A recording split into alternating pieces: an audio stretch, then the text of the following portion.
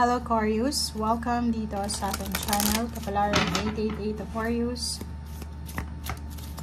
Oops! Alamin natin kung anong messages, vibration, gabay energy para sa lahat ng Aquarius.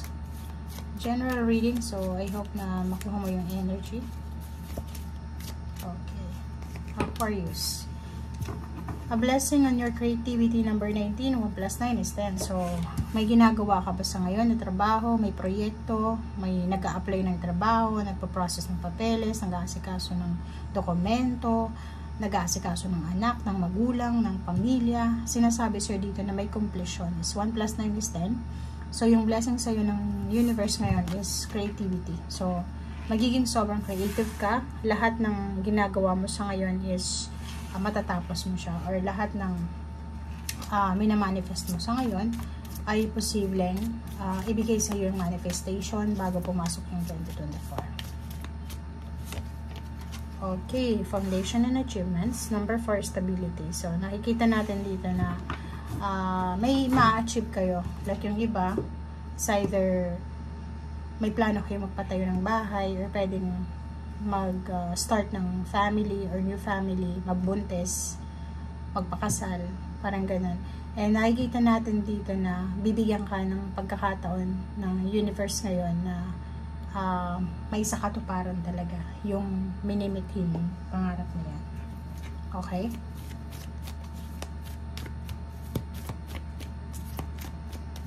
Okay, so 5th chakra, diba? Creativity din and healing. So, nakikita ko sila dito, maraming blessings, maraming pagpapala, biyaya na matatanggap ka bago pumasok yung 2025.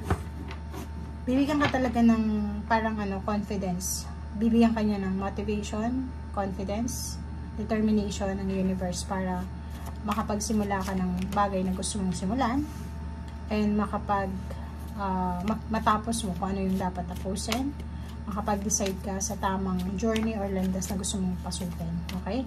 Like yung iba hindi alam kung eto na ba yung time para mag-asawa, eto na ba yung time para mag-abroad, parang ganun. So, yun yung ibibigay sa yung universe ng blessings, yung decision making, na magde-decision ka na, eto na talaga yung tamang oras, parang ganun.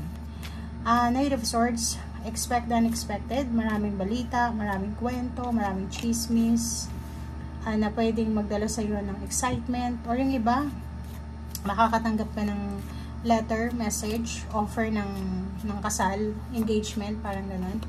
Or pwedeng yung iba sa inyo dyan, makakatanggap ng offer ng money, like new job, new source ng income. And nakikita ko sir dito na sobrang excited ka sa offer na to. So, kung makikita mo dito, it's a good news, communication, a relationship, work, money, and then work. Parang ganun. So, nakikita natin na pera, relationship yung nakikita natin. Knight of Swords, meron ditong Aquarius na hindi makatulog sa sobrang pag-iisip. Kasi ngayon yung sinasabi ko sa kanina, hindi nyo alam kung eto na ba yung oras ng pag-aasawa, eto na ba yung oras ng pag-abroad, eto na yung oras ng magre-resign, eto na ba yung oras ng magpapatayo ng bahay, eto na ba yung oras para sa sarili ko, lalo doon sa mga breadwinner. 10 of Wands, sobra kang busy. Diba? Napaka-workaholic yung Aquarius na to. Wala siyang oras para sa sarili niya eh. Diba? Parang wala siyang oras para matulog. Yun yung problema sa kanya. Parang mayroon dito ang Aquarius na kahit sa gabi nagtatrabaho kaya walang tulog. Yung 9 of Swords is sobrang exhausted and drain yung energy niya. Okay? 7 of Pentacles, sinasabi siya ng barahan na nag-expect ka kasi eh. Diba? Parang nakikita ko siya dito. May Aquarius na sobrang workaholic kasi nag-expect siya na by the end of November or December, makakaipon siya ng pera. May plano siya eh. Ang dami niyang plano. Or pwedeng yung iba nagpaplano para sa travel, or pwedeng pagpapakasal, or pwedeng vacation, family vacation. Okay, so 10 of Swords. Yung 10 of Swords is nagsasabi sa'yo na merong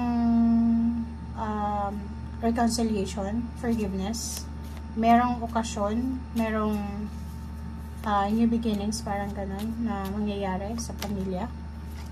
3 of Wands, 10 of Cups, and then 4 of Wands, and then the Empress.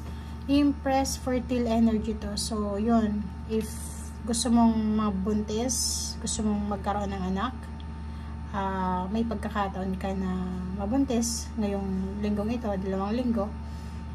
Mga bagong ideas kung paano mo madadagdagan yung income, mga bagong ideas kung saan bansa ka pwedeng mag-apply ng trabaho, bagong ideas kung paano may improve yung family life, like yung relationship, mga ideas kung paano magsi-celebrate ng Christmas, New Year, parang ganito, and ideas ng mga style ng bahay, style ng tahanan, di ba? Yung parang yung iba yung gusto magpagawa ng bahay, yung iba gusto magpa-renovate ng bahay. So, pwedeng naghahanap sila ng mga pintura, color ng pintura, mga materials, parang ganun. Okay. 4 of Swords, nakikita ko yung iba sa inyo talaga na kailangan kayo ng pahinga. Okay? So, yung ibang Aquarius na pagod, trabaho ng trabaho, araw-gabi, kailangan yung magpahinga kasi kung makikita mo dito, kulang ka sa pahinga dahil gusto mong mahawakan itong lump sum of money na to. Etong Ace of Swords na to is nagsasabi sa'yo na makakatanggap ka ng balita tungkol dyan sa lump sum of money na yan na minamanifest. Kung pwedeng umuutang ka sa bangko or kung sino man itong taong ito na pwedeng mag-provide sa'yo ng financial wish mo na yan, makakatanggap ka ng balita. It's either positive or negative. Depende yan. Okay? So, Queen of Wands, ang iba sa inyo dito is sobrang workaholic kasi gusto nilang magkaroon ng financial freedom. Pwede yung ibang Aquarius dito na sobrang workaholic is nakaranas talaga sila ng scarcity. Yung sobrang paghihirap sa pera. Yung parang wala na eh. Diba? Yung parang feeling natin saan tayo kukuha ng ganito, ganyan. Yun yung rason nila, yun yung motivation nila kung bakit trabaho sila na trabaho, and kahit sobrang pagod na go pa rin ang go.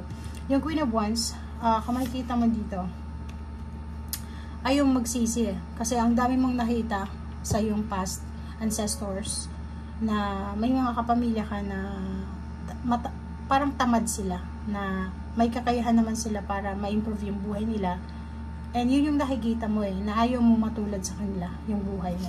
Okay? And 3 of Pentacles, ay kita ko yung dami-dami mong ideas ng pagbibusiness, pagkukunan ng financial success. Okay?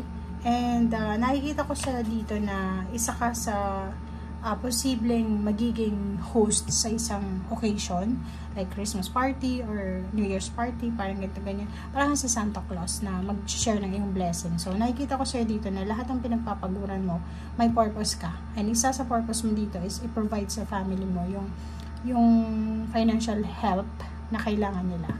Okay? Thank you guys. Bye!